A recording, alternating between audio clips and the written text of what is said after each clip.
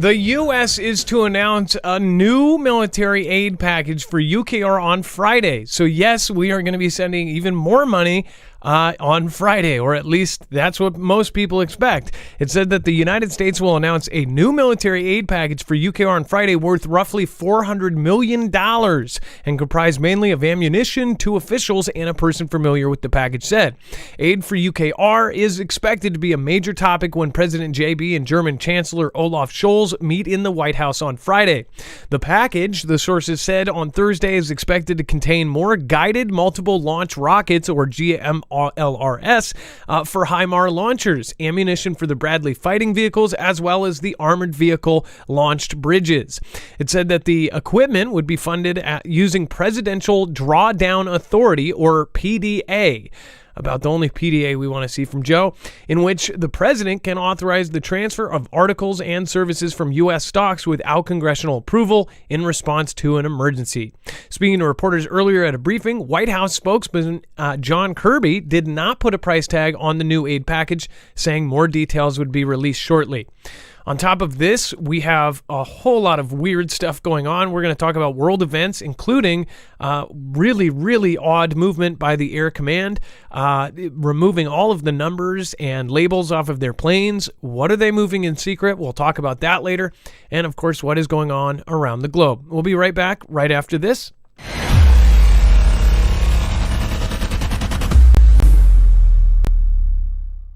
Nothing in the show should be considered legal, medical, or financial advice. The views of the callers can differ considerably and do not necessarily reflect my opinion, Dex's opinion, or anyone else who works with the show. You should always do your own research and consult with professionals. The internet is full of fake news, so please take everything with a grain of salt. If you have not already, it helps us out if you end up going through any of our affiliates, and it helps you out if you end up protecting yourself against cybercrime. NordVPN is one of the best and one of the easiest to use. If you do not have a virtual private network, it protects your IP address, which is your online identity, which actually connects to your real address and everything else. It also connects to you. If you know anything about how they are data logging and basically getting your profiles down, you can prevent that by having a VPN. Nord is, again, one of the easiest. Download it. It's like an on switch and off switch. All you have to do. Go to marfooglenews.com/VPN. Not only will you get a giant discount on this, but you will also be helping us. I appreciate your support, and I appreciate everyone that goes through any of our affiliates. Can't say thank you enough.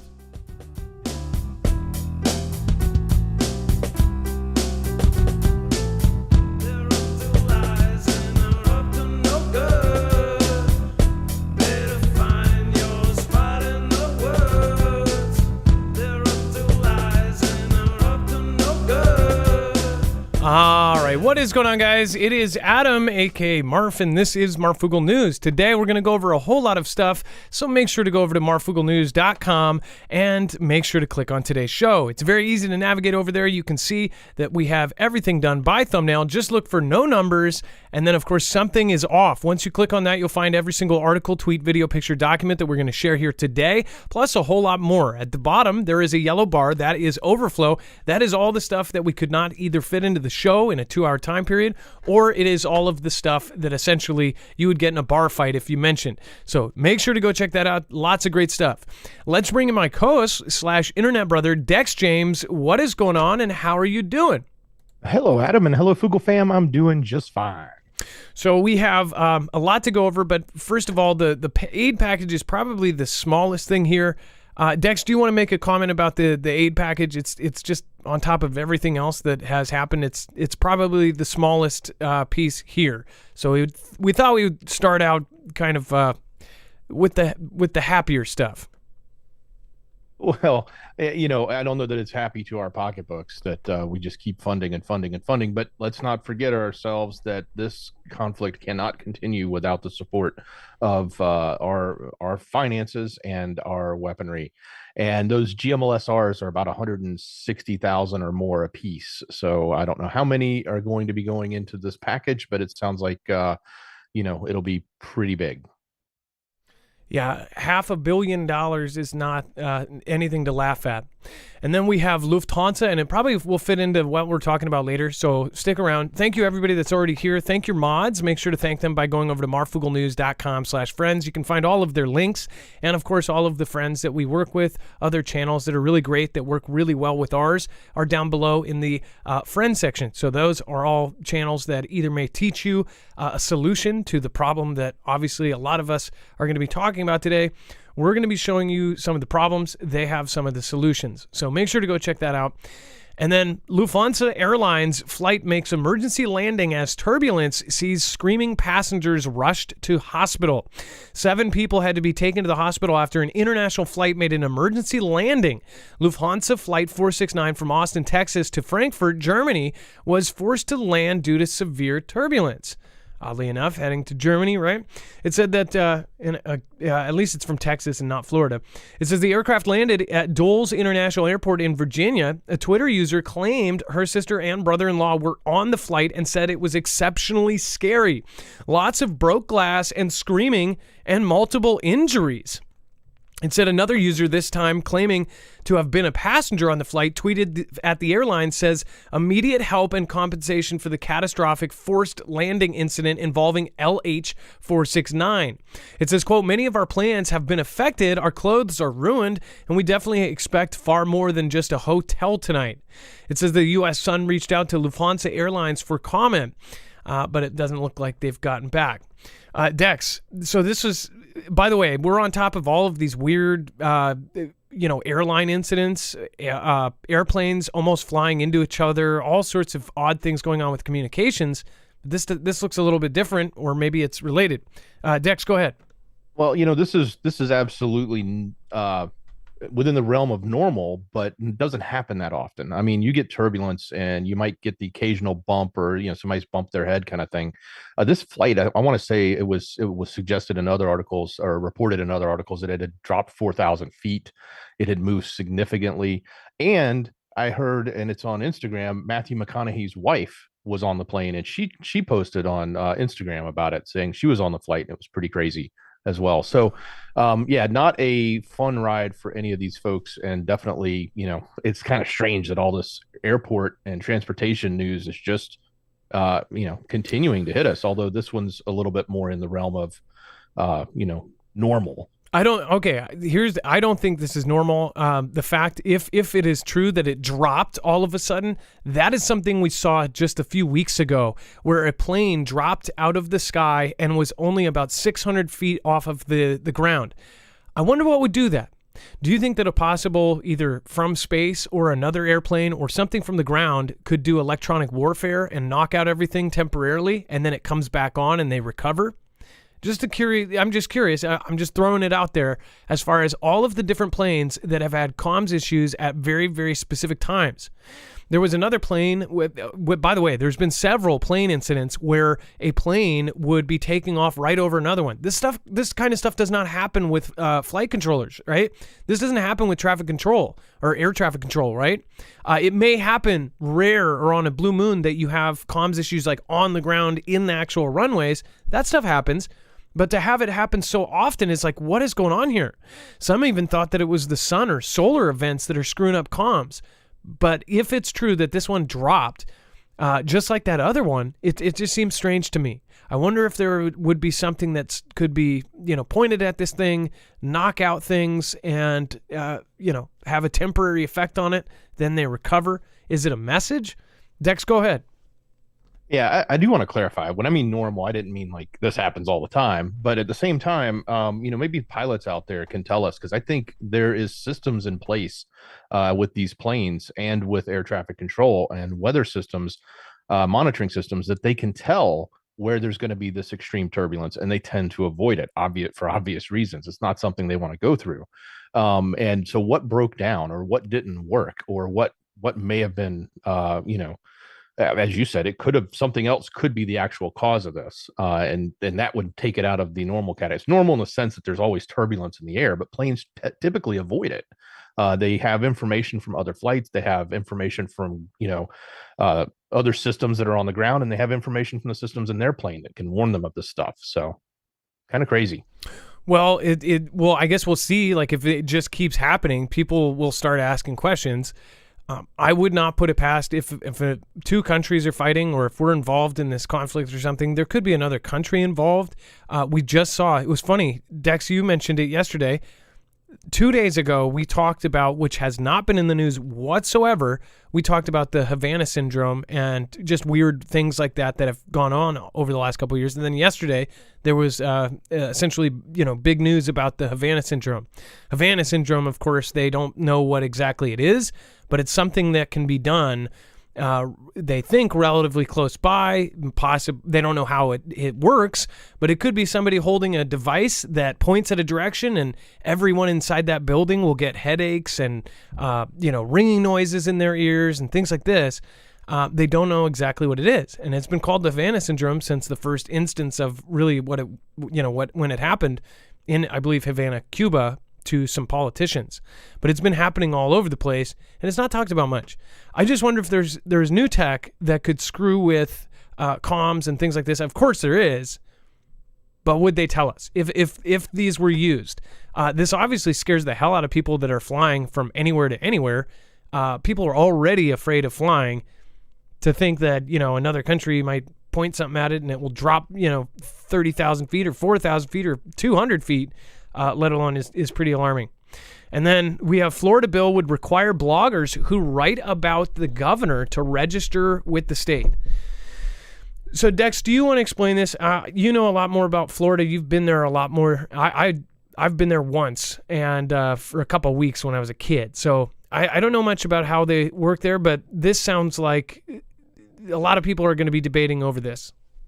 Well, for starters, it's just a bill, so we shouldn't all freak out just yet. But man, if this thing passes, and I'm guessing they want this. I don't know as much about the legislation down there. I'm just familiar with the headlines and what goes on with the governor, because that's pretty much what gets covered outside of the state. But they are trying to pass this bill that would require anyone who writes a blog, not a newscast, not a mainstream news, but a blog. If you're a blogger and you write about the governor, the attorney general, or other members of the executive cabinet or legislature, that you have to now register with the state or face fines. And those fines can go up to $2,500 per article.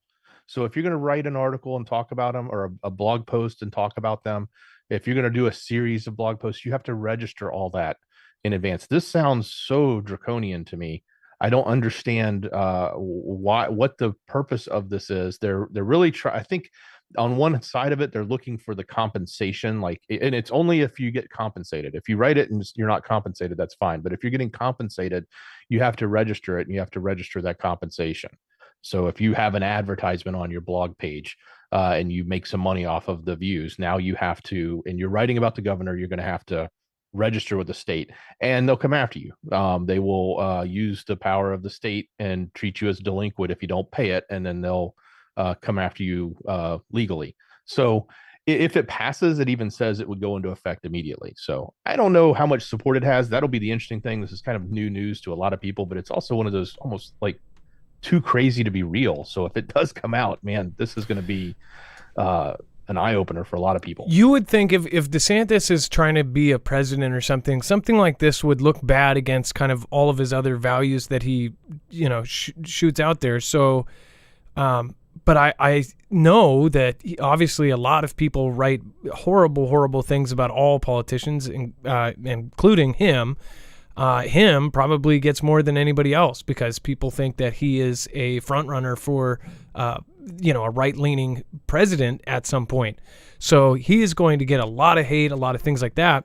Maybe they're trying to discourage that, but at the same time, it gives the wrong message because that's kind of freaky to do.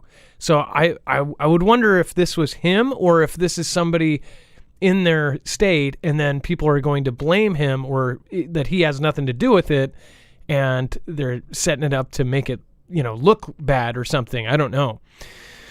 But again, very, very odd type of thing. We shouldn't see this anywhere. Doesn't matter who it's about or who it is, because that is where things start, where you start involving, like if you're going to say something about somebody above you and pay a fine for it, that's That's not good, no matter who is involved. And then U.S. regulators rejected Elon Musk's bid to test brain chips on humans, citing safety risks. So obviously, a lot of the government has publicly been against what Elon Musk is doing. At the same time, Elon Musk has contracts with pretty much every branch. You know, they've got military contracts, they've got space contracts, they've got city contracts, they have grid contracts. You know, Department of Energy, Department of Transportation, all sorts of different ways that they're connected.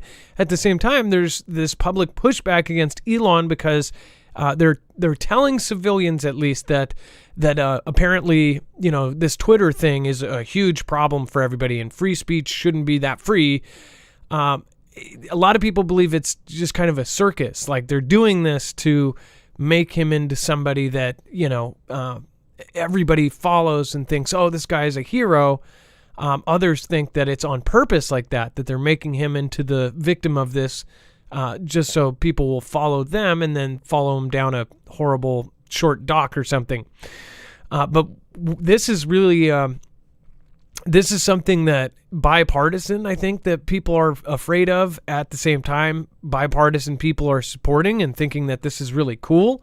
It says on at least 4 occasions since 2019, Elon Musk has predicted that his medical device company, Neuralink, would soon start human trials of a revolutionary brain implant to treat intractable conditions such as paralysis and blindness. Yet the company, founded in 2016, says it didn't seek permission from the U.S. Food and Drug Administration, the FDA, until early 2022.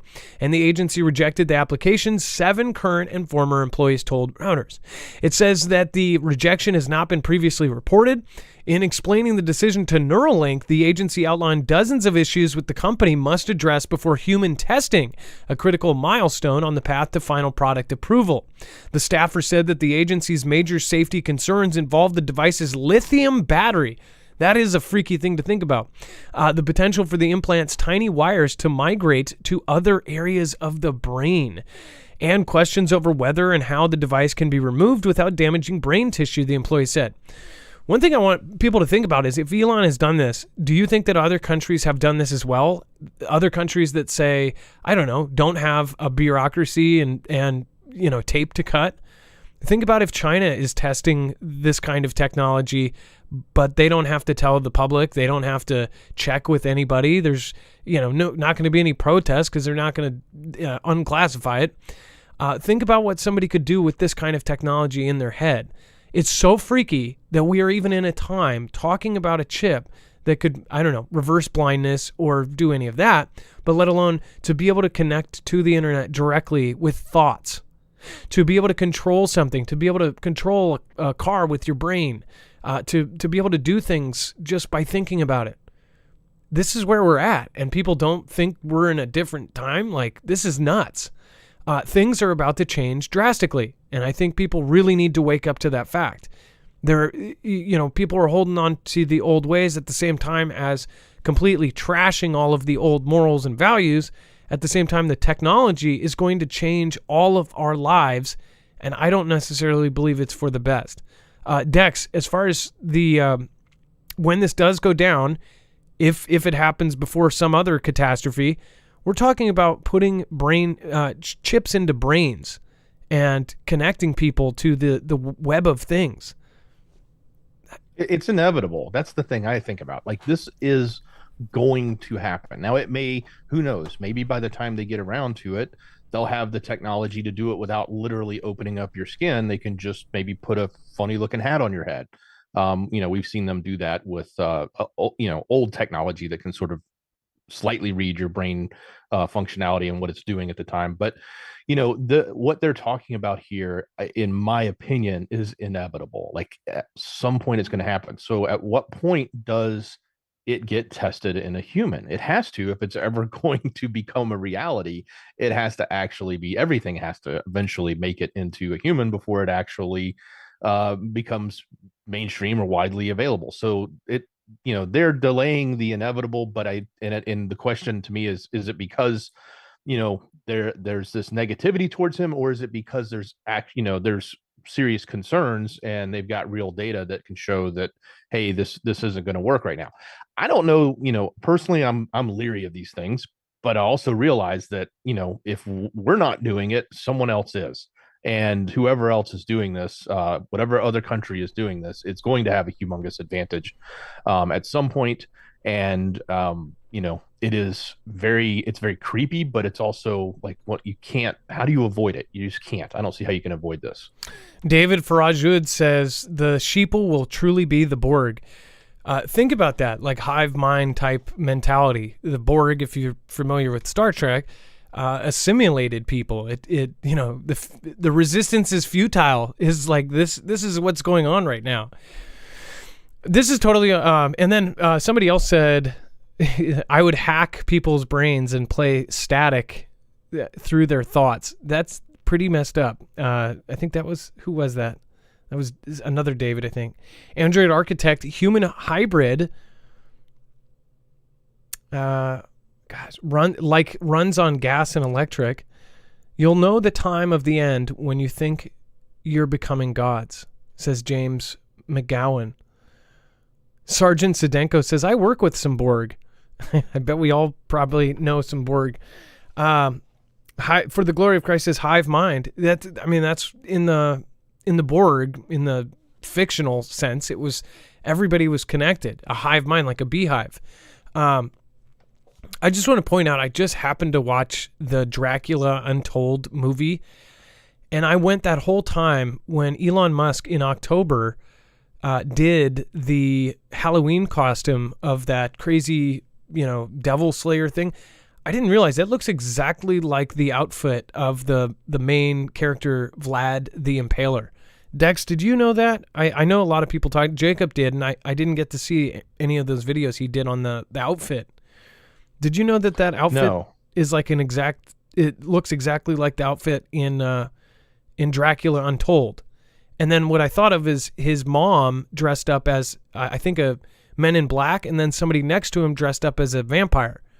So I just thought that was kind of odd. If that's like his inspiration was that he dressed up as Vlad the Impaler, and the timing of it was like, oh, wait.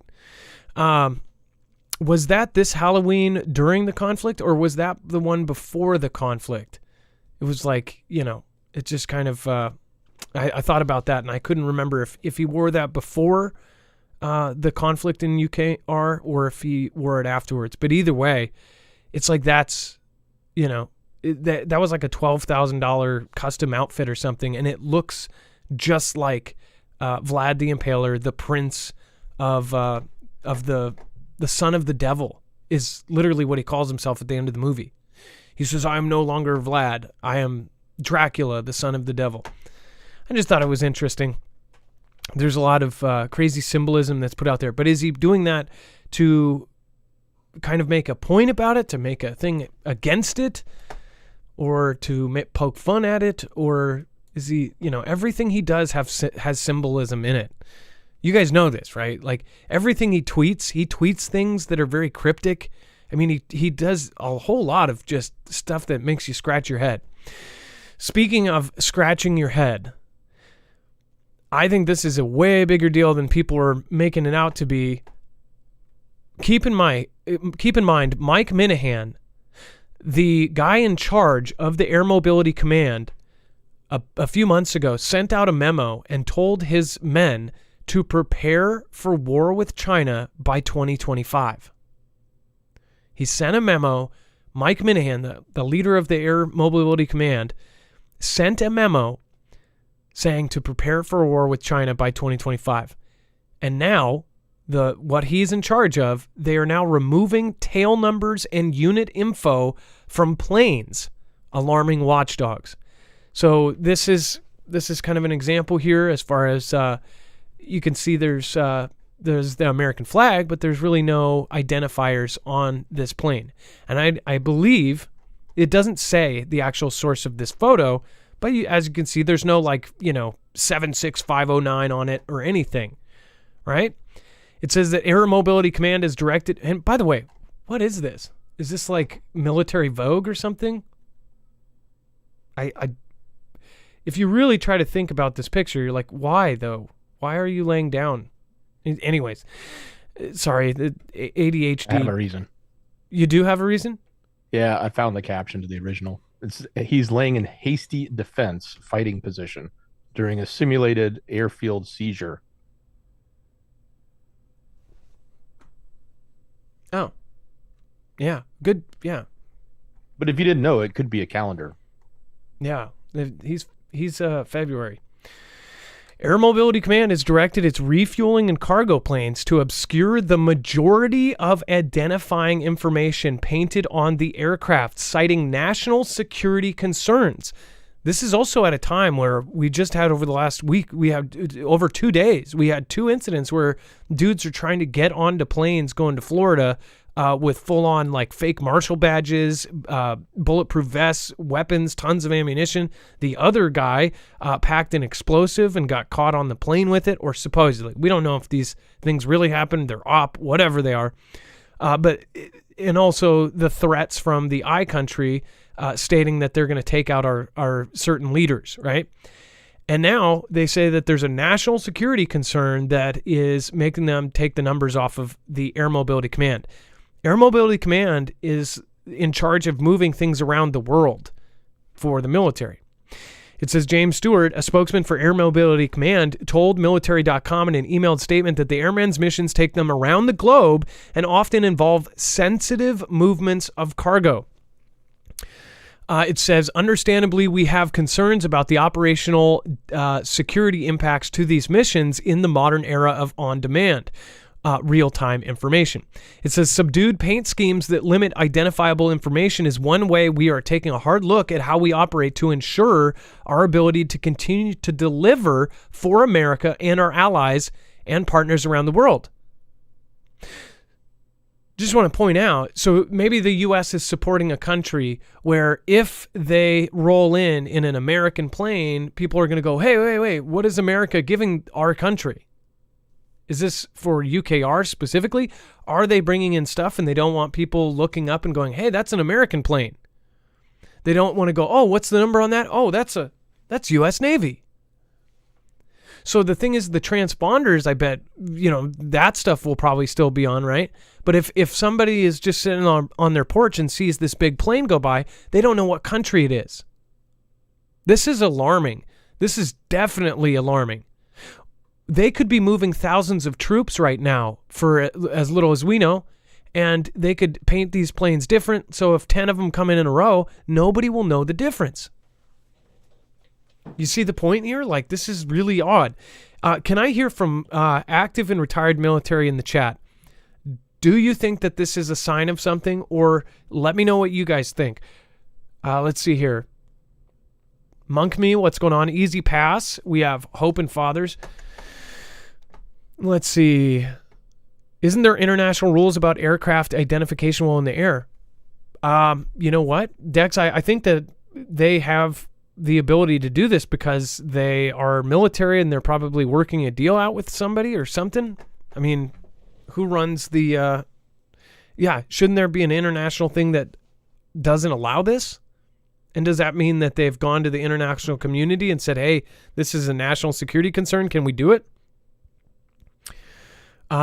David Diaz says Trojan horse. Said twice the ice says yes, there are rules. John Ryan says C-130s from Dias doing touch and goes in Alpine, Texas. That's interesting.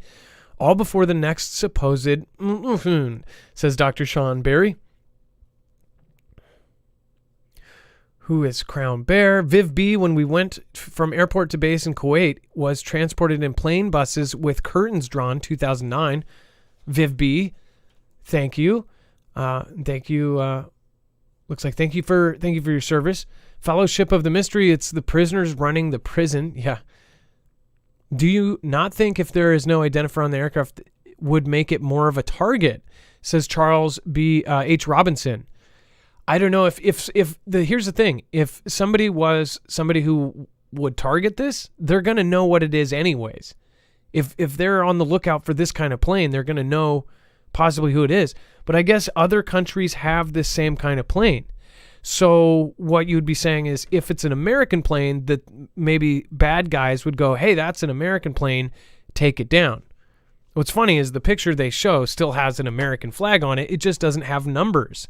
So it would be awfully hard, maybe the other ones don't have American flags, but that would be awfully hard to keep track of different planes coming in. This same plane could be running in things all day, every day, and you don't know if it's the same plane or if it's multiple planes. Or there could be plausible deniability and say, no, we only put one plane in. See my point? Dex, go ahead.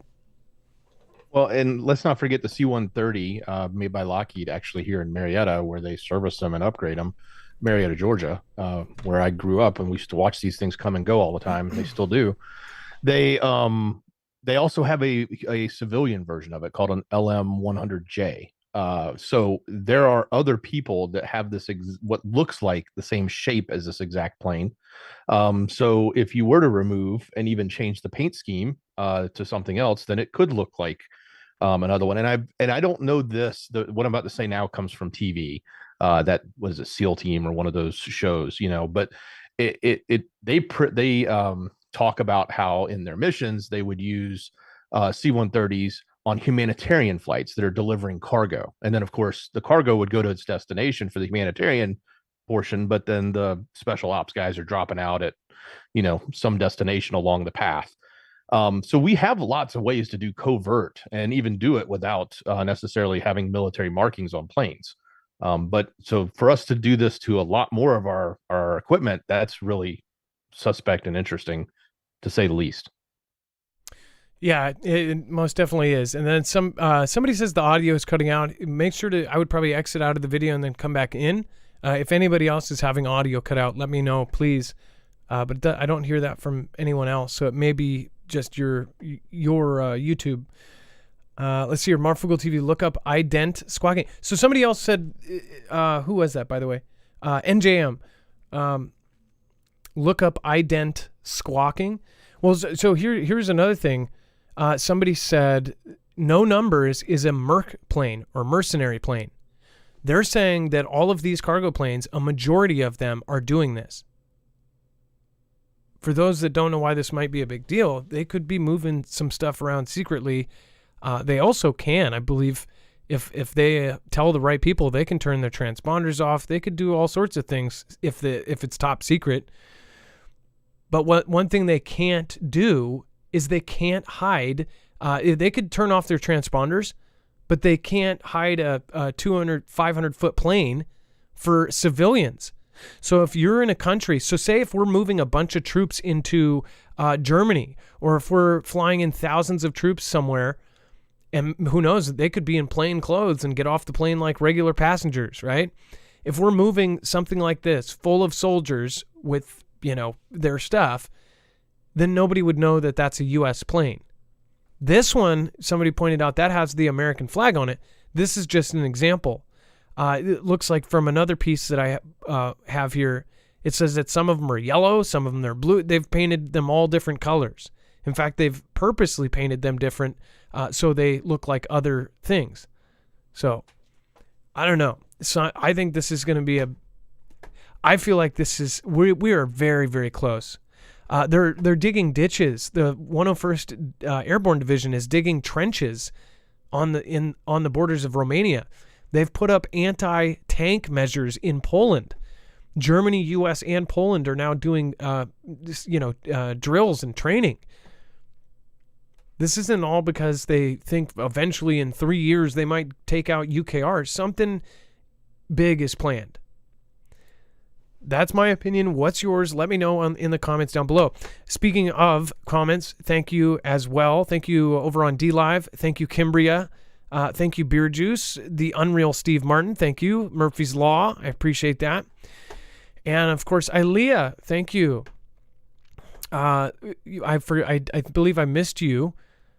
Let's see here. Yeah, I missed you last show, and I apologize about that. I didn't see it. Otherwise, I would have said thank you afterwards either way.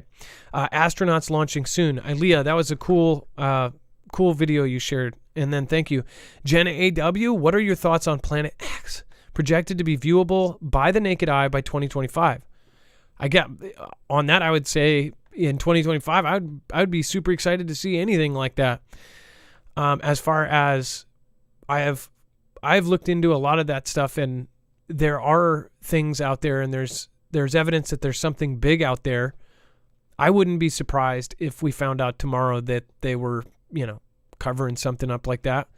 And I can already hear like some of the, uppity people saying, "Oh, believing that, tinfoil hat." We know almost nothing about outside, our solar system. We didn't know anything when the interstellar objects came in. Oumuamua came in, and people were just completely stumped. As far as Planet X, there's things out there as far as they can see things being pulled into an object or something big, but they can't actually see what's drawing it in or having that gravity. Plus, if you look at it, if they do say that it would come around in so many every years, who knows? Maybe there is something out there. And then love to you all, Catherine Wilson. And if it is, they say it would affect everything here on Earth, and the gravity would screw everything up and has forever. It's an interesting theory for sure. And then Catherine Wilson, love to you all. Thank you so much. Reverend Brian York, I will not be assimilated. Blessings. Foogle family, much love. Reverend Brian York, I'm with you. Yeah, and then watch, they go, well, the only way that you're going to be able to buy with a credit card is if you have a Neuralink, right? Then we'll really know. And then Justin True, the naval and air activity here has been increasing every day. X-band out, cruisers within shallow water, low-flying sub-hunters above the water. God bless. So if you know Justin True is in Hawaii. And Justin True has actually brought us really, really great information regarding what has been going on and what he sees there. He was the caller that called in. Him and his brother or dad, either one, were basically out on a boat. And I believe he called in before the huge news about it, but they were out in the water and they saw this huge military vessel, and it turned out, and he saw U.S., choppers and U.S. Navy, and everybody was out there, and they're like, what the heck is this? And people, of course, said, oh, that's a Russian surveillance ship. Well, after he called, then it went really big, and everybody started talking about it, and of course, it was true. So that was really good. So you're saying that there is a ton of air activity and naval activity going on. I don't find that hard to believe. I think it's really weird that people still aren't questioning like why China's satellite was potentially, scanning the Hawaiian Islands with a possible LiDAR technology or something else. It's just odd. And then Israel and Iran edge closer to conflict, but experts say conflict isn't inevitable. So they're saying it's not inevitable between Is and Iran. We'll talk about that here in just a second. I do want to remind you, though, if you don't already, make sure to go over and check out an EMP shield. You can actually protect yourself against all three phases of an EMP, and you can protect yourself against a Carrington level event.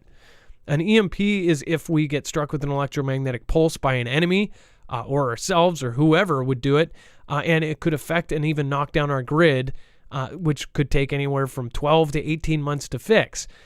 It would basically screw us up and put us back to the Stone Age. That EMP is, that's one thing that is a possibility, but it's not a probability. On the other hand, a solar flare, a Carrington level event hitting Earth will happen. And that's something you can prepare for. You can protect your cars, your trucks, of course, your motorcycles, your boats, and anything else you want to keep running, including gas-powered generators, and even the Flex 1500 can be protected by an EMP shield. If you go over to marfooglenews.com/EMP, you can get one for $50 off, and you can help support our channel at the same time. Thank you guys for popping over there, and again, that helps us out, and it, of course, can possibly save your life at some point. They have a home version you can wire directly into your home, and that version has to be put in by an electrician. But once you do, it will protect everything within 250 linear feet that is plugged into the wall. So that takes care of a lot of the little stuff, so you don't have to basically live with your electronics in a Faraday cage. Otherwise, the actual company itself, they have put out different videos and things on how to make Faraday cages to protect yourself if you can't afford their stuff. But again, their solution is a permanent one, and it's a really, really awesome technology. That's why agencies like DHS, DOD, and the DEMSO team helping protect the Texas grid are using them. So let's see here. Dex, do you want to go over Israel and Iran? Edge closer to conflict, but experts say it's not inevitable. Basically saying it's not guaranteed, right? I think I'd almost argue it might be the other way around. At least, well, if history proves, they've been arguing this since they've been there, and they haven't actually escalated yet. So for some way, they've been able to stop it. I think the biggest challenge with is right now is if the other side gets the nuclear capability. It's gonna definitely be a huge sticking point for them. Now, what's being talked about in here, and this isn't necessarily new news. This is a really good article. You guys should go check out. It's pretty long. We're not going to go through all the details of it, but it's here to. It really gives you the whole background of how they got to this point, who's in charge, what are the different things that have happened. But some of the highlights that I thought were really important were we have to consider if Netanyahu goes through with what he wants to do, which is take out their facilities that are building the military grade weaponry. They're so entrenched underground, it would require some significantly massively big munitions, so to speak, right? It's not going to be just the casual, we're going to fly over there and drop a couple. No, these are going to have to be really, really big event type things, what is it, Moab type devices. The other thing that I thought was interesting is, let's just refresh the fact that we have not only them talking about this, they would say they would do it on their own, they being or Netanyahu, they're going to do it on their own if nobody wants to join them. They're looking for the US to join them, but it was not that long ago the CIA director was actually there. So we've had, we're walking in, we're doing things, and we've even made some statements that sort of could potentially look like we're going to support them. So this is a scenario, if this kicks off, this is not going to be a one and done. This is not going to be, we're just going to go in. I say we, I mean, they are going to go in and do some sort of strategic,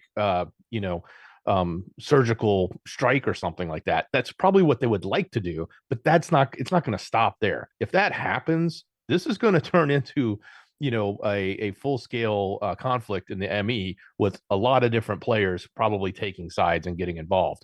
And since is a huge ally to the US, it's unfathomable to think that we would not have some sort of position in this, whether it be monetarily, but more so probably even people and equipment. I can't imagine that they would not request us to help them, and it'd be hard to believe that we wouldn't.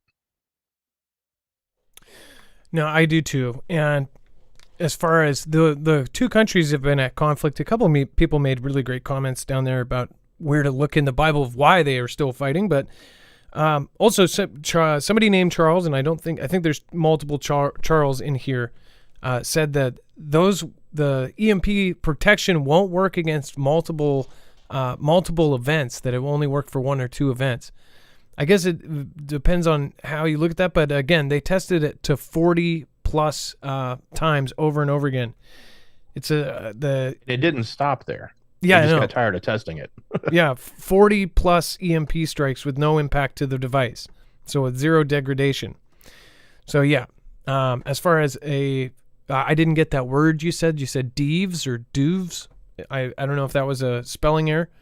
But yeah, it's meant to keep going and going and going because it's not going to stop. When an EMP hits, it's not gonna just stop at one or two. It comes in, I guess, waves. Dex, would you call it waves or phases? It has the phases, but it also there's three waves. The E1, E2, and E3, they come in three different phases, and they have different strengths depending on their location. But the real strategic what they would do strategically with an EMP is they would launch one, then they would wait a day or two, and they would do another to take out any other electronics that might have been in Faraday bags or in cages. So this, having this device, everything that's plugged in the car or in the house, it's into the electrical grid, is going to be able to withstand those multiple hits over and over again. Here's the other way to look at it. There's nothing more powerful right now than a lightning strike, and this is the only device in the market that actually can protect against a direct hit, not an indirect hit. All the other stuff that's out there is indirect hits, and this can actually. And not only that, they put a warranty behind it and will pay to replace stuff if a direct hit happens and it gets damaged, because this thing can withstand it. And as of a couple years ago, I don't believe that has happened yet, but I would have to check in recently. But yeah, and it says they've had many people, Adam, that have had their equipment saved because of it. They've had I remember one 5-unit building that the other side got hit, and the one device in the middle actually protected all of them. Yep, because of the connectivity. And it's designed to continue protecting through the expected durations of the E2 and E3 spikes produced by high altitude electromagnetic pulses. As far as like the other stuff, so I would actually go look and do some research as well on what they're doing with the militaries and things like that, because it's some pretty big stuff. It is Keystone military tested, so go check out the actual numbers on that. And then again, it's some pretty awesome. It's pretty awesome tech. Let's see here. And if anything bigger than that happens, I mean, it's kind of like you can be in a bomb shelter, but if China makes a bomb that can go through 500 feet of rock and is a bunker buster, then yeah, there's no protecting that. But you can protect against most things, so why wouldn't you? And then as America obsesses over ChatGPT, it's losing the race with China on tech in 37 out of 44 key areas. Study funded by the State Department. So this isn't coming from China's, Global Times or something. This is coming from our State Department. I have told you for 5 years, and especially since that the chief, the chief software officer from the Pentagon, it was a position that was made for him because of his specialties. That title was made for him. He came in and he said that we were behind in AI and an autonomous technology, and we were so far behind that there was no catching up. And he left, and on his way out, he basically said, I don't want blood on my hands. We're behind, and there's really no way to catch up.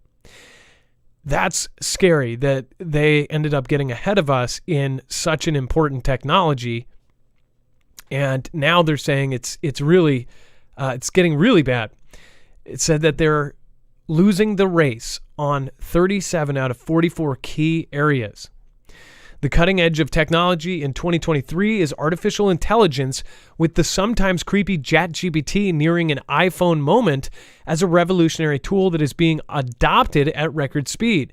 But it could just be a sideshow to the real story: China's emergence as the world's tech superpower.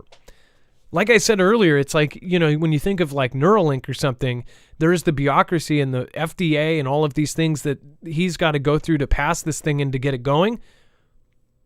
Watch, we see the front line of China's soldiers all have it, and they all start working in chorison like drones together on the battlefield or something, because they don't have any tape to cut. Again, I hope that's not the case, but it says, but it could be just a sideshow from the real story: China's emergence as the world's tech superpower. Like, we shouldn't even be reading that sentence.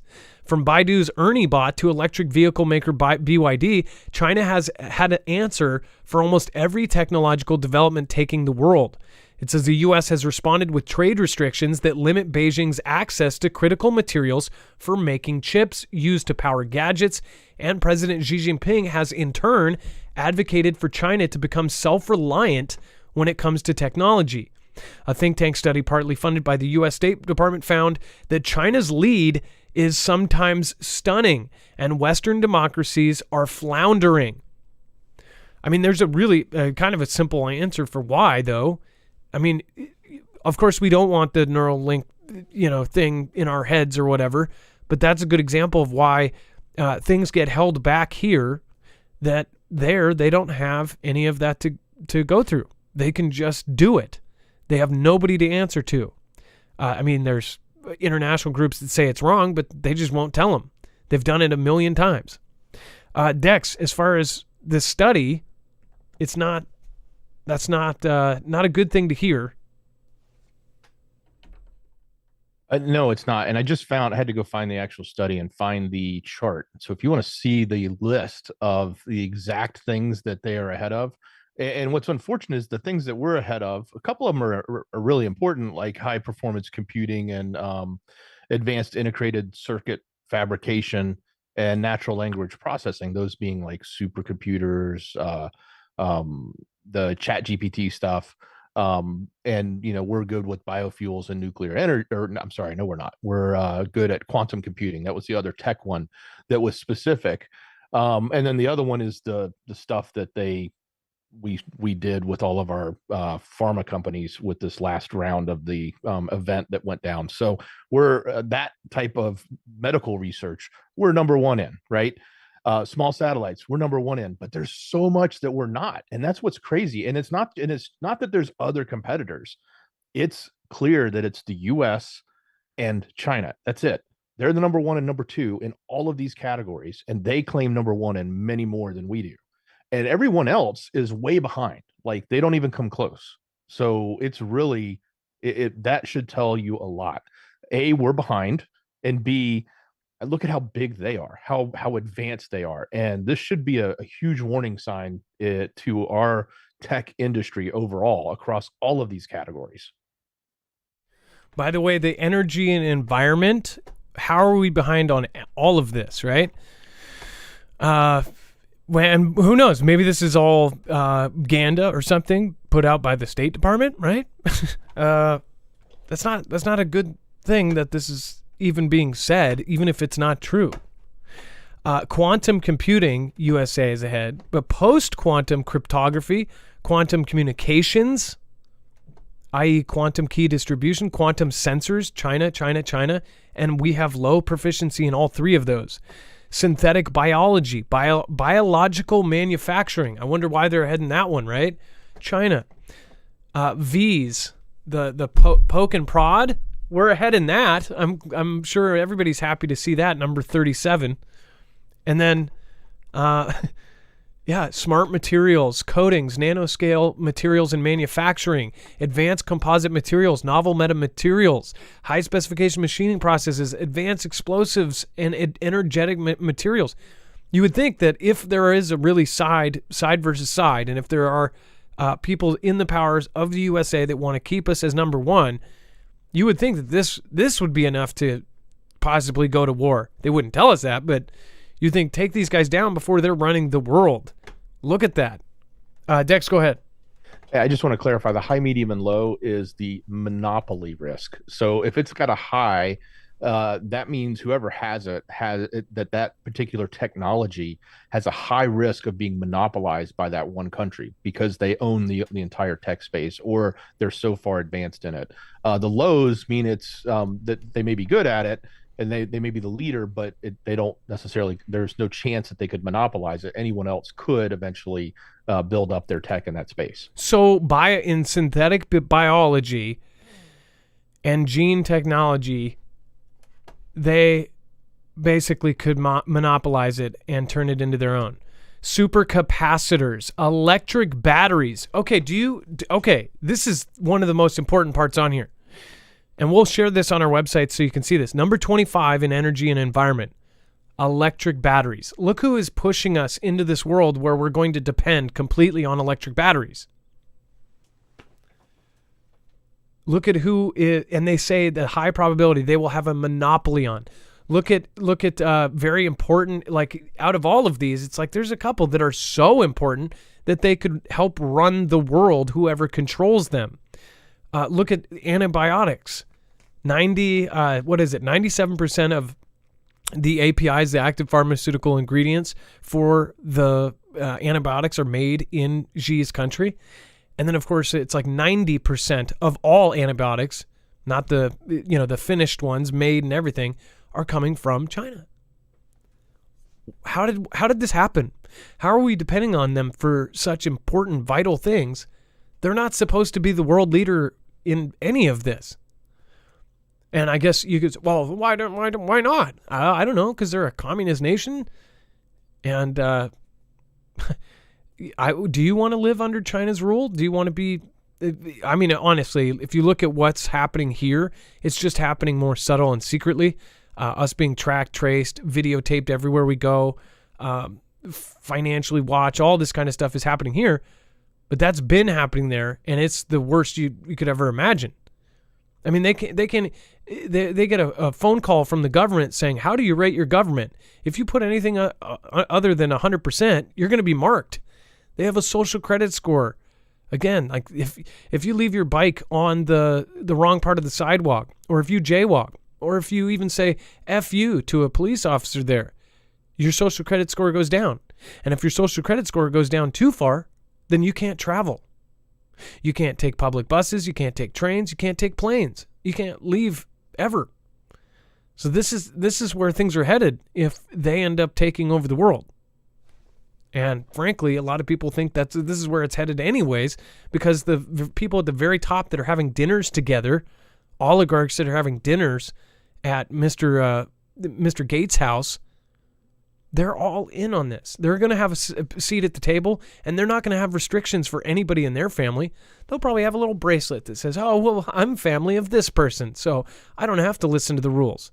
If you think above the law doesn't exist, it does. And watch, in the future, it will really exist, where there will be a caste system, and it will be based on your social credit score. But some people won't be affected by it. That's nuts. Dex, we can put that link, can we? It is Dropbox, so I don't know. I already put a link to the original image on our site. All right, thank you. And then the U.S. Air Force's big plan to spread out and take on China may actually make things easier for Beijing. Do you want to explain why, Dex? And this is really interesting. So we're taking on this, there's an acronym for it, it's Agile Combat Employment, ACE, where we spread everything out, which across our different locations throughout the Pacific. In theory, it should complicate how Xi plans and increases the chance that at least some U.S. bases would continue to function, obviously when everything goes to heck in a handbasket, right? But the other theory on this is that, in short, that greater dispersal, it's greater challenges for sustainment and communication. The study. So this is coming from a study where they tried to put together and look at what the strategies were and what was happening. So there's like positives and there's negatives, and part of the negative is one in which it could actually be an advantage to Xi. So that's kind of crazy, but at the same time, I guess, no matter what you do, there's going to be pros and cons, and they're going to find one no matter what, and they can potentially exploit that. And I guess we just have to make sure that we've got the ability to defend against it. So passive defenses, including hardened shelters for aircraft, things like that. Dispersal of aircraft, redundant fuel supplies, pre-positioning munitions, rapid runway repair capabilities, things like that are all the stuff we would need to do. And we have, I guess, the capabilities of dealing with those things. But this notion that we don't just put all of our eggs in one basket, or we don't just all launch from the U.S., continental U.S., and head over and then, start a conflict. We've spread everything out. And that's the current strategy being used by our military planners. So they're telling the public that you should dislike China, and they're publicly putting out tons of articles saying that we're headed towards this direction. So, but again, we're not going to war.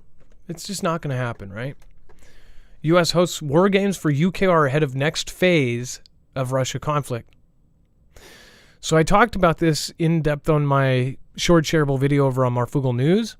So if you want my opinion, please go over there and get it. But just to break it down kind of in a real quick 30 seconds, they are now helping, the U.S. government and military are now helping tabletop exercise this next part. The question is, what are they actually doing in those rooms with these tabletop exercises? Are they possibly planning out a future where the U.S. is involved, where NATO is involved? Are they actually planning out how to introduce that? Mark Milley was there, Mr. I'll call you, China, if there's any surprises. He was involved there, and he is been kind of a vital part of everything weird that's been going on. And of course, this was held in Germany. They were carried out at a wargaming facility at a U.S. Army base in Wiesbaden, Germany, where the top U.S. military officer, Army General Mark Milley, crazy to think he's literally at the top, call our enemy and tell him we're about to attack, Milley. And it said that U.S. officials declined to talk through the potential battlefield scenarios that UKR military staff were examining during the drills, which involved thought exercises to evaluate potential military courses of action. I'm sure that's an inventive way of saying, like, well, just in case, if we did jump in, that's just a thought exercise. No one is sitting there telling the UKRs, go left or go right or do this or do that. So they're basically telling you, oh, well, we're not telling them how to do we're not like literally guiding them into what to do, right? That is not the job of the international community, Milley told reporters traveling with him to Germany. All we're doing is setting up the framework and the mechanics to allow the UKR people to self-learn and to learn against a situation or various scenarios. Like if we were fighting beside them. I don't know.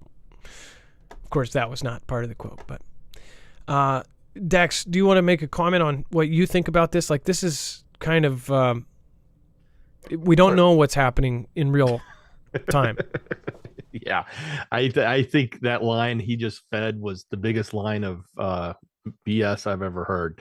This is coming from this is the Milley who's saying we don't tell them what to do, but we just reported him telling them to get out of Bakhmut, him telling them to go down south, him telling them to stop matching munitions to munitions. They took out a ship because we gave them the coordinates. They waited and needed us to tell them what to do. And they admitted that they don't like using the HIMARS unless they get actual location information from the U.S. on where to fire it. Okay, that was all reported. That's not us. We're not making that up. Which we're sending more of. Opinion. Yeah, that's coming out of the mainstream media. That's all standard MSM, narrative here. And he's saying we don't tell them what to do. No, come on. That's I laughed at that line. He's probably not lying in there because he's probably referring to the fact that they just sat down and did tabletop exercises. So they're not telling them to go left and right. They're just telling them how to learn against that. Well, that may be true, but in reality, we know what's going on in this conflict, and they may have the human capital right now. They don't have the financial capital. They don't have the military equipment capital. They don't have, and nor do they have the experience and the intelligence that our military has and some of the other militaries have. So they've got to be taking advice, if not straight up direction from us. And we know they're taking direction from us. We've told them what to do and what they should be doing, and have told them that publicly. Yep, they especially with the get out of there, they're going to beat you, and all of this other stuff that has been said. It's like, how can he even say something like that? We're not telling specifically. We're not telling him go left or go right. He literally told them to go right. Like, don't go north, go south. I guess he could say, no, we told him to go south. We didn't tell him to go right. No, they give them GPS coordinates. That's all. Yeah. No left, no right. Here's the longitude and latitude. Point that thing there. We give them way more specifics than left and right. All right. And then before we move on, if you want to get yourself stocked up at a very affordable price and get a bunch of awesome discounts, then make sure to go to marfugglenews.com/prep. Dex, what is the current thing? I believe it actually changed, right? So there's actually a really a brand new sale, or is it still? It changes quite often. So there's always a great deal going on, and I can go look and see what the latest is. It's special for the Foogle fam. So use the link and get it. Yeah, so they always hook up the Foogle fam with some sort of cool thing. The last one was $200 worth of free survival gear, all sorts of cool stuff. Before that, it was $200 off. And again, there's all sorts of different sales that go on over there. So make sure to go check out what the current one is, especially if you're watching the replay. But in this way, you can get freeze-dried food that's going to last 25 years. It is also then stored in Mylar bags. And then if you get anything, I believe over a week, it's going to be in a bucket, or 2 weeks. And then you can store it wherever you want and just have the peace of mind knowing that you have something edible and food that you can eat even in 25 years from now. So in 2052, this will still be good. That is really, really good because also freeze-dried food is going up in price. It is now tripled in the last 3 years. So if you look at this like this, if you invest in some of this now, in 3 years, if it triples again, not only will you not have to buy any, but you'll still have 22 years left on the shelf.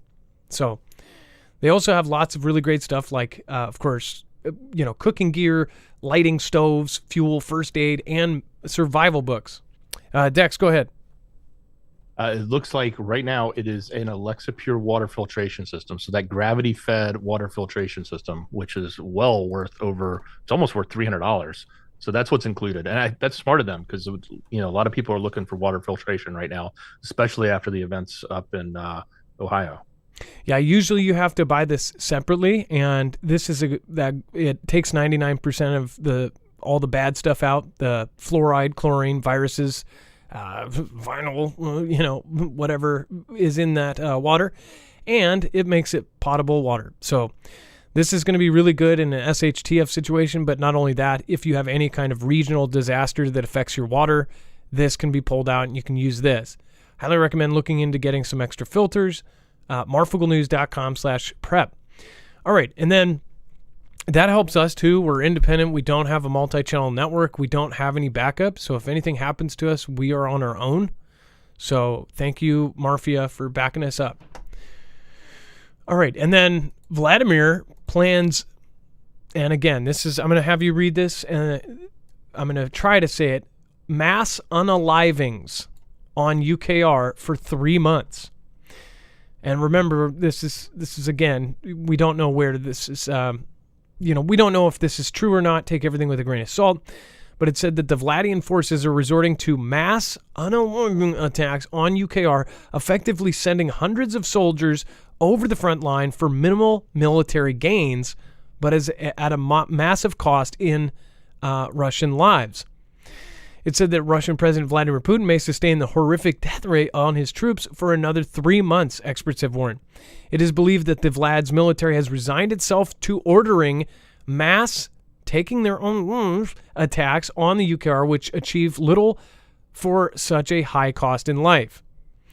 So, Dex, this is kind of like, by the way, this is almost the theory that I talked about, like where if they were actually sending the conscripts in, right, the conscripts in to draw fire, which that fire was very expensive ammunition, that it could run down our supply without them ever using their regular, kind of troops. There's been a lot of Ganda since the beginning of this conflict. But they've always been saying that he's just losing hundreds of thousands of people. One thing I don't get is everybody forgetting the common sense thing. The UKR military did not have the same gear as the Russian military. That's just a fact. We sent in some high-tech gear, but the high-tech gear we sent them is our pass-me-downs, our hand-me-downs, our older stuff, and we wouldn't send them the most advanced. Russia does, in a lot of categories, have something that is, close to par with the U.S. They're not the U.S., but they have this really advanced weaponry. They have spent half their GDP on military assets the entire time. I mean, the military is the only reason why, military and their nukes are the only reason why they're considered a major power. Not because of their GDP. In fact, their GDP, New York makes as much of their GDP, like just New York. So for them to say that the UKR military with our older gear, because of their will and their skill and their talent and their training from the U.S., is taking so many more than what is passing on their side, it's hard to find that as truthful. Dex, do you get what I'm saying? I might be not communicating this right. We know for a fact, just to set aside any kind of bias of anything, that the Russian military is pretty advanced. UKR is using NATO's basically hand-me-downs with a quarter of the soldiers. And they're saying that they're taking, for every UKR soldier, they're saying that 5 Russians are perishing. That doesn't make logical sense. It could be if they're just all like, born identities. Like every one of them is some super soldier. I think that what we're seeing here is a new word, and that word is the one we can't speak, or we choose not to say on the show, because it gets flagged, and it means a lot of different things. Obviously, it means one specific thing to an individual, but they're using this S word, and it's not just they. I've seen it numerous times today in multiple articles as they refer to his use of troops and saying that they're basically just coming in and being taken out left and right, and so that they're basically on an mission, so to speak. So that is the new term. It's almost like this. It's almost like, in some ways, it's kind of Ganda-ish in the sense that they're just labeling it that now. I would not. It will not surprise me if we don't see this for the rest of the week or two. That's going to be used more and more to reference him, because it sends a message back to the other side that, hey, all you people that are joining in with Vlad here, you're basically, giving up. You're giving up your life for it, and it's a pointless mission. And that's definitely one of the arts of conflict, is the use of specific words and vernacular in the Ganda, and how you get that information out to people. There is an element of this that is also very if it's true or not, I guess, because we don't know what the real numbers are on each side. We've heard hundreds. We've even heard the head of Wagner say he's lost 5 times than he should have. So there are obviously significant losses, and anybody in a conflict on either side is going to have losses. And the real question is one of the questions in this scenario, if it continues the way it's going, is who can sustain those losses the longest. There's a morale issue that goes along with that. There's, obviously the cost of human lives that go along with that. And then how many you have, meaning how large is your army that can withstand that loss for the sake of potentially winning. I guess I guess it's telling our side that, though, because most of this, just like we have banned a lot of the Russian news here, they have banned anything that they deem is not true, and it's actually a crime there to spread it around. So both sides are not letting the other side, through. At least that's from what we've heard from anybody who has Russian family there. Their family say the same thing. Their family is fully supporting this and saying that we are the bad guys. Over here, we're saying that they're the bad guys, and vice versa.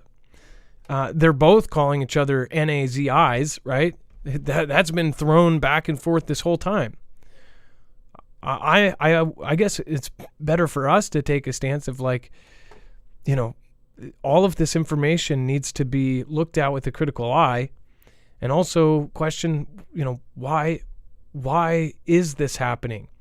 Is it because if UKR loses, it's going to be a world war? Or is this there's something greater at stake here? The world is changing rapidly. Is there resources that we don't know about? Is there some reason why we don't know about why we are so gung-ho about this? And then the Kremlin accused UKR of violent attack in Western Russia. So we actually told you this was going to happen based on all of the chatter that was going on.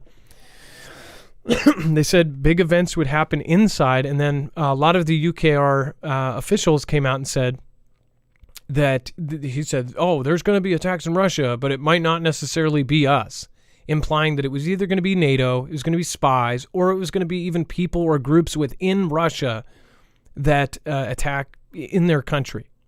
So we don't know exactly who is doing these.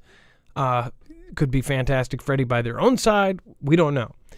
But more likely, this is kind of what they were talking about when they said that. The Kremlin on Thursday blamed UKR for an attack in 2 villages in the Bryansk region of Western Russia, in which President Vlad said assailants had opened fire on civilians. And the Bryansk governor said 2 people perished and hostages were taken, which this is being denied, of course. It says an aide to the UKR President Vladimir Zelensky denied that Kiev was involved in the incident, which Vlad called a T attack. Again, details of the incident were extremely sketchy And in an age of ubiquitous cell phone videos, no footage or photos of an attack were circulating on social media, even hours afterward. So there were several I didn't talk about it, but earlier on the news, part of this resistance group that was also on here, which I think this is next. They talked about an attack against a school bus. Like this is starting to look a whole lot familiar to like our previous world wars with the radio station, I believe it was. But yeah, I'll let Dex. You guys heard my opinion on this one. Dex, do you want to talk about the Russian resistance group and these events possibly going on inside of Russia? Exactly. This is the group that is claiming they went and crossed the border, claiming they went in, and they have said, "Hey, we're not here to fight citizens. We're not here to go after anybody that's unarmed." But they were actually calling for other Russians to join them against the Kremlin or against Vlad, and to basically they're stirring up I guess their own version of a resistance. So it's RVC is the name of it. But here's the interesting thing, though, is the story came out, and as you saw in the prior article, Vlad's side was saying, "Hey, it's tease," and they were doing this stuff, and they were doing these things, such as the school bus. They said a young girl was unalived due to that. But then later it came out that there was absolutely nothing about a school bus, and the girl who was injured is actually made a miraculous recovery, as the story in this one says, in the hospital. So we don't really know. All of this stuff is just completely all over the place.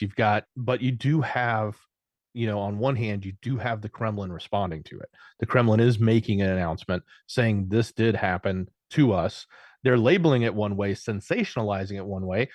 Who knows? Maybe the whole thing is on their part, and they're doing it for some sort of Ganda reason for themselves. Who knows?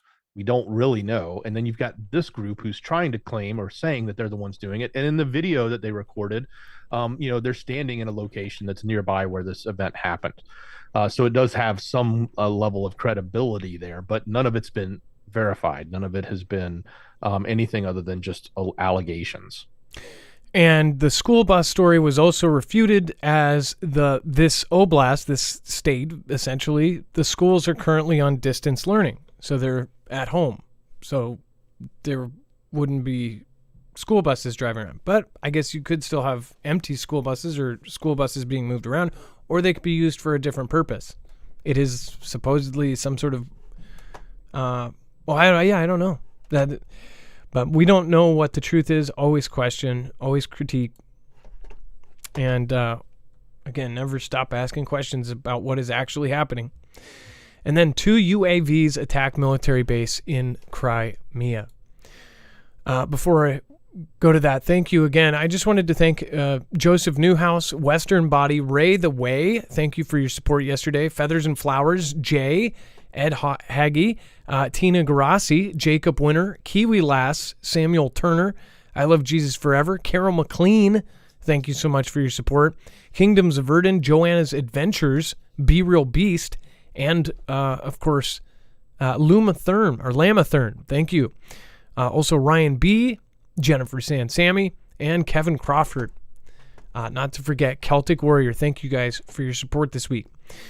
And then 2 UAVs attack the military base inside of Crimea, or supposedly this is what happened. It says that 2 unmanned aerial vehicles are said to have attacked a Russian military base in the Saki district in Russian-occupied Crimea. It says Baza reported that the attack took place on the night of the 1st through the 2nd of March. Information about the attack only appeared in the morning of the 2nd of March. According to the information obtained by Baza, 2 unidentified UAVs crashed on the base's premises around 2 a.m., and it says that they were either shot down by an air defense system or crashed on impact with an electronic warfare system. One of the UAVs exploded, but there were no casualties. Its fragments damaged the wall of one of the buildings at the base. So there's events going on inside of Russia. But who's doing them? That's the big question here. So we'll, again, follow it, and we'll see what's going on. people are worried about an escalation happening. If, say, tomorrow Russia goes, well, they're attacking inside this country, and they say publicly, or they believe it was USA inspired or backed or whatever, this is where escalations could come from, or that they kick it up even a bigger notch because of what is going on inside Russia. Not many people supported UKR going back into Russia and trying to invade Russia or to push it back that far. Most people are supporting a defensive only. I see both sides, though. If you're in a conflict, if they took that line, then, who's to say that they're not going to go further, right? Either way, that starts winning. But it's not exactly, there's not a lot out there to confirm all of this as absolute truth.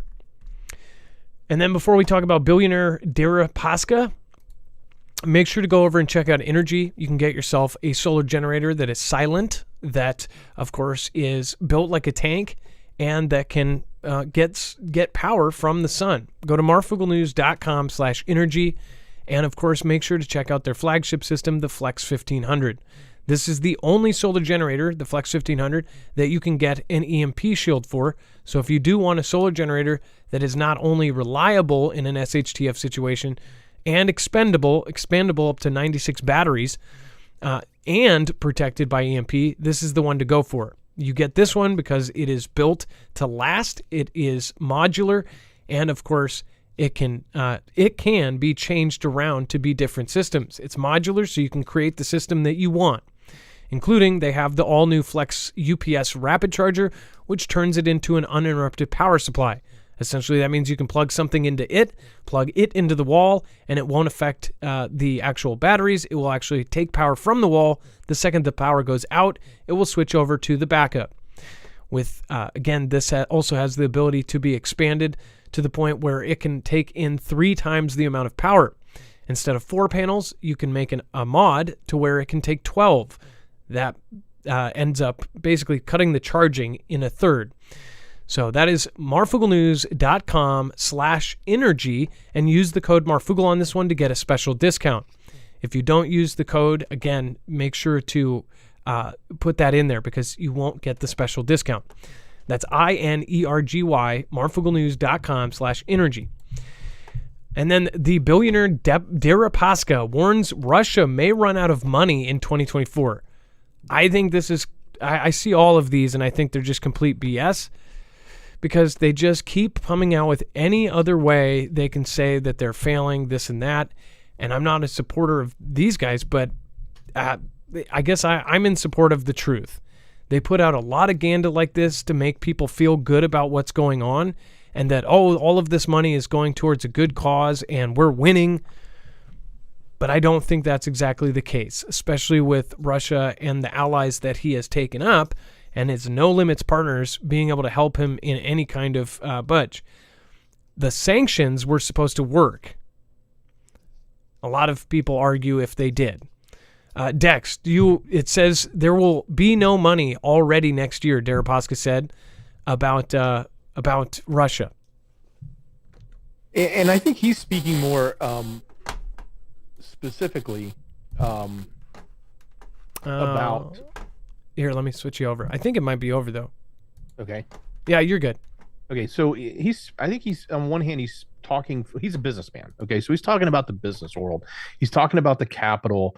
He's talking about the investments and now there's a lack. Like what investor in the rest of the world that's not inside Russia is going to actually take money and invest it in businesses, invest it in anything inside of Vlad's country. So, I mean, think about that. It's if all of a sudden these sanctions have gone into effect, and they didn't just all of a sudden go into effect. They went into effect last year, but all of a sudden they're starting to feel it. Okay. And this is a businessman saying, look, we're not going to see any more money available for our businesses because they need those investors. People have to put money into a business with the intention of getting more money out of it. But those businesses need that capital. They need that investment. That's why they give up percentages of their business to investors who then make money on the long run. But the businesses will take that money and use it to grow the business, to invest in more hardware or new facilities or new plants or whatever it is. All that's dried up. All that's gone outside of the money that's in their country or what's coming from their partners like China. That would probably be the only one with pockets deep enough to potentially help them. But we know what kind of financial crisis they even have in their own country. So I think there is some layer of interesting truth here when you think about it from that one perspective, not just the perspective of does the country itself, like the government, run out of money. It's really what happens to everybody that's there that's trying to actually run their own business and run their own economy, which the government doesn't do. The government has to create an environment for those businesses to run. It's a different type of world where the government actually runs all those businesses. Go ask Xi, he'll tell you how it works. And as far as like all of the economy there, a lot of the information is going to be swirled around, and we don't know what accurate really is. And then breaking with EU, Hungary's leader backs China's peace proposal for the UKR conflict. It says that Hungarian Prime Minister Viktor Orban has broken with the European Union to throw his support behind China's position paper for peace in the UKR conflict. This just something about this. It does if they did all of a sudden do this whole plan. I don't think people should ever stop asking questions of why. In a speech in the Hungarian National Parliament Monday, Orban wanted the whole of Europe is slipping into war step by step. We need a ceasefire and the start of peace talks. Hungary calls for peace in all international forums. I see that most states support peace, and Hungary cannot isolate itself from most of the world. It says, do you have questions about the biggest... Okay, it says, therefore, we consider China's peace plan important, and we support it, he said, according to the Hungarian news. This is the same Hungary that had a problem with Finland or Sweden for stating that it was like one comment about if they were legit or not, and they were going to like make it hard for them to get into NATO. Like this is shady. Something is going on with this. Dexter, what do you think about like how Hungary is involved in this other stuff, and now all of a sudden we're hearing that they want to support China's plan? Something's Something's getting there's worked something on. going on here. I just found this older article. I gave it to you, and if you want to pull it up, it's in Screener. This is from 2021, and it's about Hungary, and it's the same president. It's Viktor Orban. It's or prime minister, I should say. It's the same name, right? Yes, Viktor Orban. So this is what was reported back in 2021. And I wonder to what extent this influence has to play into this. I'm loading it right now, so let's see here. Let's pull it up. Okay. China's debt trap plan for Hungary. The headline says it all, right? Doesn't it? Yeah.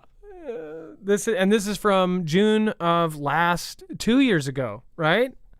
So wonder if they're in any debt and they owe China a favor. It says the current protests in Budapest are all about an attack on Orban's democratic backsliding, lack of transparency, and his authoritarian policies. But Beijing's economic expansion and ever-growing greed are just as symptoms in its biggest power game in Eastern Europe. Why are thousands of marching against the government of Prime Minister Viktor Orban in Hungary? The principal reason behind the massive demonstration is a proposed Fudan University Shanghai campus, a Chinese university at the heart of Budapest. Besides, there is a genuine fear that the capital city of Hungary is fast slipping into the debt trap of China with its murky development projects. And they called it says Beijing's lending and investment ventures have mostly led to a quiet debt trap in most of the countries so far. China's opaque overseas policies and hidden agenda are an open secret. Basically, people take, payments and, we'll build this for you, but you got to pay us off, or you have to pay us back, or we'll do good things for you, but you got to return the favor later on. Man, that is so telling. And then 2 years later, they're basically backing up China. No coincidence there, huh? And then the bird cough. UK could mass V chickens to prevent avian influenza spreading between humans. So even if they don't get it into the people, well, maybe they could. I guess it depends. I guess we can all eat some chicken now, right? Says the UK government is actively considering Ving the country's poultry flock against the cough in a bid to curb the worst ever global outbreak of the V and prevent it from turning into a new demic in humans. It says in what would be a major change of UK policy, government officials and scientists are looking at overturning a ban on Ving tens of millions of birds as the H5N1 virus shows no sign of abating, the leading expert in avian influenza said. What do you guys think about this? I'm going to go over to the chat. What do you think about this? I would think having anything go into the food supply, as far as they're going to be putting something in every chicken, that's kind of a freaky thought. Let me pop this over and let's pull some people on real quick. Let's see here. We have Michigan Watch. There's something different about you. Michigan Watch, I don't know. Every day is different. I'm a human being. Daryl Calhoun, ridiculous. Wages World. Dorothy Tucker, you are what you eat. Wages World, what's going on? Daryl Calhoun, ridiculous. Joseph Newhouse, LOL. Food supply is getting sabotaged. Greg Martin. Let's see here. Let's see if I can get you on the screen. Let's see. Boom. Sign Digger. Let's see. WIS Gen. I ate a microwaved peep once. I'm basically invulnerable. Miles Ruckenduffel. Wow, what a awesome name. Vicky Brook, if they lied about the CV, why would we believe anything about the bird one? Well, it could very well be the same thing, right? I will stop eating chicken, I guess, says Zen1AZ. Well, that's only if you're in UK, but who knows? Maybe it will come here next. Joe Shields from Boston, food and water under attack. D-Truth, every action. Melissa Lamancusa, put it in the chickens and they can continue capitalizing on poultry's V's for the rest of time. Oh, Melissa Lamancusa, that's a good point. If you can't get the constant check for the people, if you get it passed in the food, then we're always going to be making more chickens, right? Heirloom seeds, get them now, says Dingus. Mizo, Dr. Gates used GMO chickens in Africa. They needed special food and V's. China and Russia planning on attacking America. Well, all of good artillery is in UKR. Watch out for the Canadian border. Liz, we've been saying that for years. There's a lot of weird stuff going on with Trudeau as well. Zen1AZ, Ilea, thank you, says hello to stealth mode. Gotta stop the cheese, ice cream, all animal products soon as supply replenished, made from animals who have been viewed. A fever in every pot, says Jaybird. Let's see here. That's good points. And I think I was supposed to be on here. Let's see here. Layla says soil's compromised. D-Truth said hashtag turkey chickened out. Celtic Warrior just had buffalo wings for dinner. Ugh, hopefully you're not in the... Well, are you in the UK? Well, it's not passed yet, luckily. Bobby Sue Fry, Darth V. Callie Singh, first post covering Lavrov and Blinken clash at first Indian G20. All birds we eat will be V'd. Crypto McFly 2030. Dive into Russia attacking through Alaska. Crazy legs we actually have. We've talked about that scenario as far as what they're loading up. They loaded artillery up to Alaska. We covered all of the different weird movements that happen there. He meant real buffalo burgers, Marv. Let's see here. Louis Strongarm, nice to see you. Julie Myers. Norma Drury. Let's see. And Annie Oakley. Hey, how are you guys doing? Laura Griffith. They said the same thing about antibiotics. How we know how that turned out? Dex, don't they still do that, right? Are you saying it would do good or bad? Didn't that do bad? And then, Elise, let's look at it. Go ahead, Dex. I had another comment. One thing I didn't give much thought to, but I know it's out there. There's a lot that are already in cattle and chicken. So this is just a new one, it's just another one. So let's not discredit the fact that they're already doing it. That doesn't make it right. Uh, but it's also we're at a different time now, and there's a lot of mistrust. So I think that also leads us down this path of we're struggling with this letter and what it does.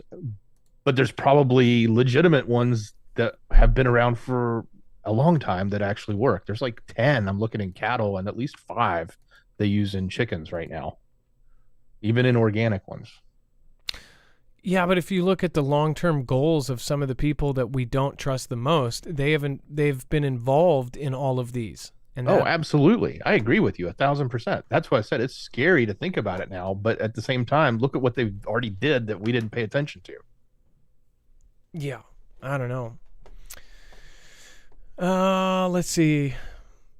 What do you guys think? Let me know in the comments down below. If you're watching the replay, please let me know. Leave a comment down there. And then also want to point out that tomorrow we will be having a really great show. We are also possibly going to dip into a whole new kind of show. Not here, so we'll let you know. So tune in tomorrow. There might be some really cool news. We might be doing something totally different that might actually open us up to talk about a whole lot more, and to possibly be having regular people interject, and it will be really cool. So tune in tomorrow for more news on that. Make sure to tune in tomorrow's regular show here on Marfoogle TV. And then if you haven't already, make sure to go over to Marfoogle News and subscribe. If you're new here, please do. And then also for the hardcore Mafia that been here for years, I know I ask all the time, but please share our stuff out. It is the only way we're going to get past this, and they cannot stop that share button unless they really, unless they take it away. They cannot stop the share button. So please push it as many times as you can. Share it with somebody. Send a link to one of our shows. Send a link to one of the cell phone videos to somebody. You guys are in charge of getting us out there now. So thank you so much, and I appreciate you. If you want more interesting people to talk to and chat, then it's up to you. All right, and then thank you, Dex, for going over that. Let's go over all the web only. We have a lot of crazy stuff. Yes, we do. Head over to marfooglenews.com, click on that thumbnail for the show, and it'll take you to this page with all of the news we just covered, including any of the updates, like the image we put on there for the list of the technologies that China is leading in, as well as the other article we uncovered in the middle of the show. We put it in there. All that stuff is right there on the website for you, everything we cover. This other section called Overflow, this is where the rest of the story takes place, the stuff we couldn't get to, or additional articles and supporting information that's valuable to you somebody who's trying to find the rest of the story and understand what's actually going on. So lots happening. Give you a little bit of the headlines here. So apparently there's some people going into Argentina, and they're not sure they understand why. They're coming from Russia and they're pregnant, and it's not just a person, it's lots of people. So they say they're streaming into Argentina. So they're not sure why. So kind of interesting. Want to see more about that? You can check it out. We do have additional updates with what's going on in UKR, updates on Bakhmut, updates on what was happening in the Ravine Oblast, what was going on with the tanks and the jets, and as well as the plane that was hit by the drones in Belarus. It's now been moved to another location so they can do repair work on it. All of that, including other things, are in the overflow. If you haven't heard, Dianne Feinstein was hospitalized with shingles. I think the general report is she'll be fine. It's just she's in the hospital. Of course, as we move into the political spectrum, there's a lot going on there with T-Man, DOJ coming out saying they're not going to back immunity, other things like that. All of that is there and available for you. And gosh, Berkeley, UC Berkeley, a man decided to set himself on fire, I guess. I don't know if it was a stunt or a protest. Not a good thing. That's there. Additional updates with some of the bans that are going on in the governmental areas, whether it's some of the topics that are really hot. Hey, check this out. Ford, they're suggesting that if you miss a car payment, they may turn off your air conditioner. Could you imagine that? You're like driving and they're sweating you out to make you make your payment. I guess that's the first step before the repo man shows up with the tow truck. But just imagine what they're going to do next with autonomous vehicles. Like if it can drive itself, they just repo it. It just comes back to the car lot, and you miss a payment and your car's gone. That's there. Updates on James from Project V. Something new has been revealed at the Great Pyramids in Giza. That's there, and lots more. So head over to marfooglenews.com, click on the thumbnail for the show, or open up the show notes link. It's even easier. If you're on YouTube, it's so simple. Open the description. It's called show notes. Click that link. It'll take you right there. Same thing on Rumble. So as far as the miss a car payment and Ford this patent so they could turn off your AC, that's not just going to be used for that. All car companies are asked by a certain year, like 2025, where they can be able to control or turn off the car if you're drunk.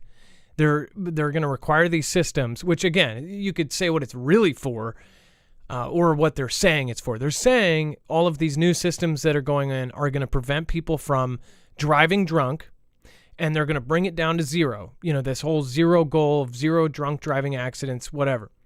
Under that guise, they are going to be putting in, they're talking about all sorts of different ideas, from video cameras that watch your eyes to something that would be able to detect alcohol, to, something that would be in the car that would be able to detect if people were in it. There's all these weird things, because it's like, well, how would they do that? What if you're carrying somebody who's drunk? It would be able to tell. Whatever these systems are, it would be able to tell if you're drunk and not let you drive.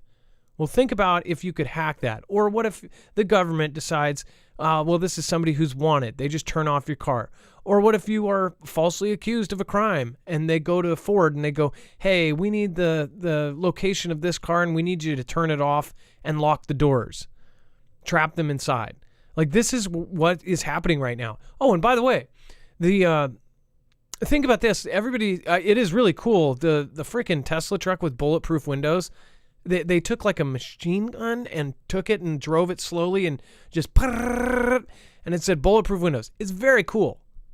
But think about that in the sense of this, right? What if in the future a lot of cars end up doing bulletproof windows? Think about if they lock the doors and lock you in and they're able to catch criminals instantly, right? If this person has a warrant. Oh, they're driving on 4th Avenue. Have the car pull over to the nearest police station, lock the doors, bring the criminal to them. This may sound crazy now, but this is stuff that is talked about. Not to mention with AI and where they are going, straight up Minority Report, they're talking about putting in the ability to predict somebody doing a crime before they do it. Straight Minority Report. This is the stuff that is happening right now in tech and what is going on. So people need to push back on a lot of that. There's just so much there. Kara Fuse, thank you so much. I appreciate that. Says, what is Marfia's verdict on Alex Murdo case? Just curious. I will probably save that one for tomorrow. Again, there is a, I don't know much about it, but I have been hearing some stuff on Spaces about it. But I will probably look more into it and then give you my final verdict. Dex, do you have a verdict on Alex Murdo? I don't know enough to comment on it. Well, I know the verdict. He was found guilty. I don't know the case. It's not one that I've had any interest in following. So I don't know anything about it, to be honest. That's just not one I paid attention to. One thing that's being talked about is everybody's looking for the next kind of Johnny Depp case. A lot of people got interested in a lot of court cases after the Johnny Depp thing. A lot of people that normally didn't follow that kind of stuff are following a lot of different court cases. I have not been, but I will look at it. And I've heard that name several times. People are talking about the case, but I don't know enough. And if I don't know anything on it, I'll tell you. Like, I'm not on it.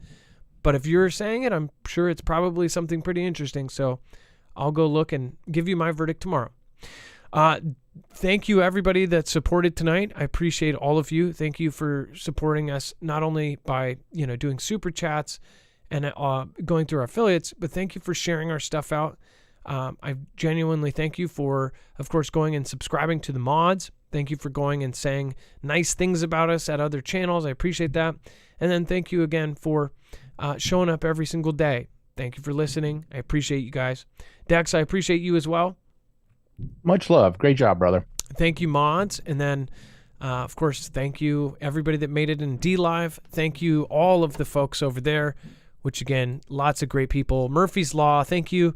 Cloud Pharrell, Beer Juice, Yobi, Ms. O, thanks for your support. And Lemons over there. Nigel's View on Things, thank you for the ice cream. Jews, and then we have Kimbria, thank you for the diamond. And Unreal Steve Martin, Scooby-Doo Do-Right, For the Glory of Christ, Johnson, and Michelle K. Thank you so much. You guys have a wonderful night. It is now time for the shoutro. It's not an outro. It's not a shout-out. It's a shoutro.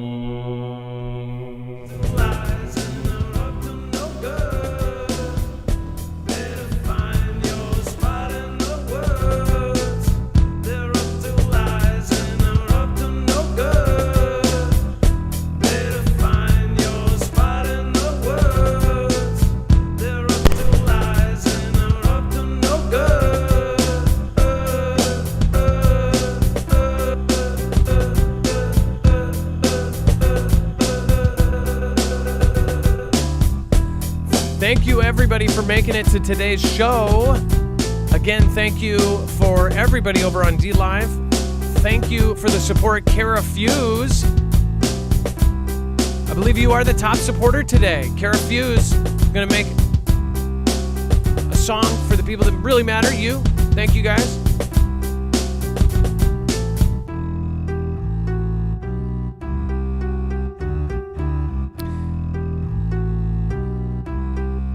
Thank you, Celtic Warrior, Joseph Newhouse, Western Body, Raid the Way, Feathers and Flowers, Tina Gorazi, Jacob Winter, Kiwi Lass, Samuel Turner, Kingdoms of Erdun, Carol McLean, Ray the Way. Thank you again for multiple times this week supporting. James Wright, Carol, and of course, Carol McLean. Thank you, thank you, thank you. Linda Sullivan, Carol, K. Roll. Sounds like Carol. Let's go.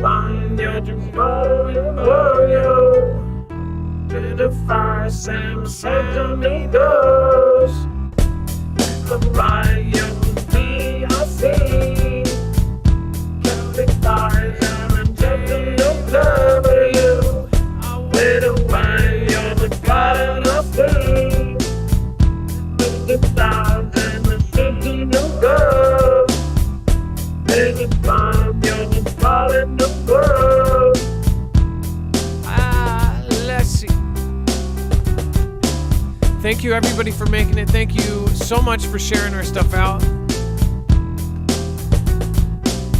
Somebody says I'm a little bit different today. I actually had a horrible day at work, so thank you for those of you that said great show and things like that. Thank you. Appreciate you guys.